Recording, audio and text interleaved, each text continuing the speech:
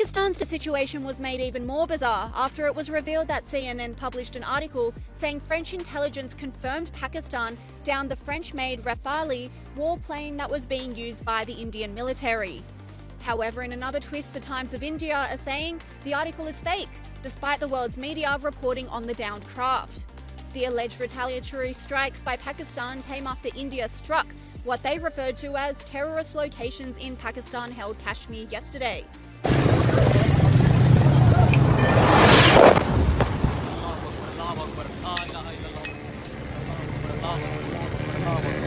And the intensification of this conflict is making the world very nervous because both nations have nuclear weapons, says podcaster Patrick Bet-David. Why don't you tell me the Islamic Kalima? They don't have it. Boom, kill them. Now, why does this matter? Because when you think about the top countries in the world with the most nuclear arsenal, you know where Pakistan and India are? Neck and neck. 1/6 place, which is India with 172. The other is 170. And by the way, do you know how a Pakistani official just responded to Al Jazeera named Faisal Kundi? You know what he said about nuclear weapons? Listen to this. Our nuclear bombs are not meant to be displayed in museums. We will use them if attacked by India. All is fair in love and in war. He said this on April 30th. Today's the attack by India.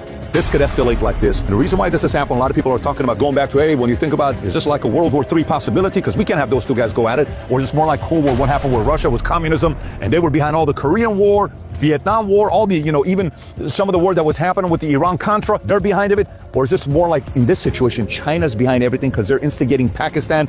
Is U.S. all of a sudden going to get involved with this? Russia's kind of involved because they got a very good relationship with India. 60% of the military equipment that India uses, they bought from Russia, and 40% of the oil that Russia sells, India is the customer. So there's a very interesting dynamic going on here. CNN reporter Nick Robertson agrees, explaining Pakistan's government are not letting this go.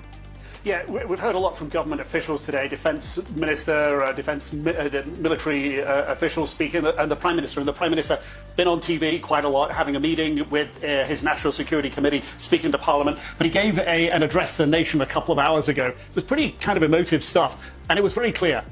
This is still headed towards the very clear potential for escalation. He said, India has to pay. The blood of our martyrs will be avenged, basically at a time and a place of our choosing. And that's pretty much the language the military here are using as well. The Defence Minister did say today that he wants to avoid an escalation, and although everything seems quiet tonight, and it is at the moment, I think the country is on tenterhooks. There's been increased shelling across the line of control, that de facto border between the Indian and Pakistani bits of Kashmir. India says that 12 civilians have been killed on their side, dozens of others injured, and after the sort of dust settled in the overnight attack, which was just over 24 hours ago now, Pakistani officials say that 31 people were killed, and among them women and children, and dozens of others injured. So everyone now has a clear picture of what happened, and Pakistan's laid out its position, and it does seem to be a question of their move